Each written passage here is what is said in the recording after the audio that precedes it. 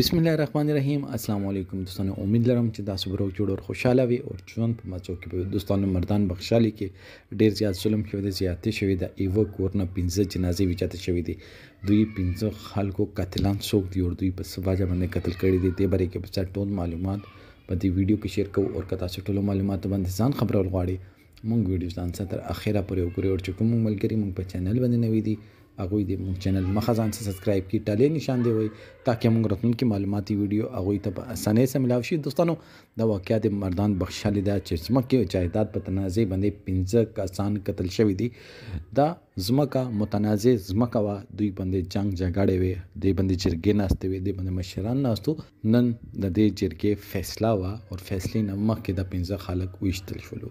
دوستانو دا هغه ټیم کې کېږي چې څه ټیم کې چې خلکو ته پاته دا فیصله په دوی په حق کې نه ده. دوستانو نن سبا خلک زورور دي، نن سبا خلکو نه آخرت ایر شوی دی چې هغه ژوند کې مخکې چې کله مونږ پل صراط نه تیریږو نو مونږ به څه عالم وي. دوی نه دا یری ختم شوی دی، دوی نه خپل حساب کتاب یره چې دا هغه ختم شوی ده.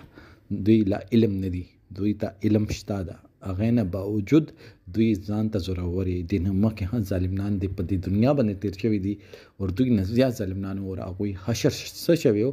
دوستانو دوی ته ورستو دوی خبره پته لګي چې مونږ ډیر زیات ظلم کړی دی خو لا دوی په زور کې وي. دوستانو د 15 الکان چې وشتل شوي دي دوی مخکې نه بچي وو، ښځې وي، مور پلار ورونه خویندې وو. هغوی په زړونو باندې دې ټیم کې څه تېرېږي چې هر یوه کور نه یو سړی ویشتلو.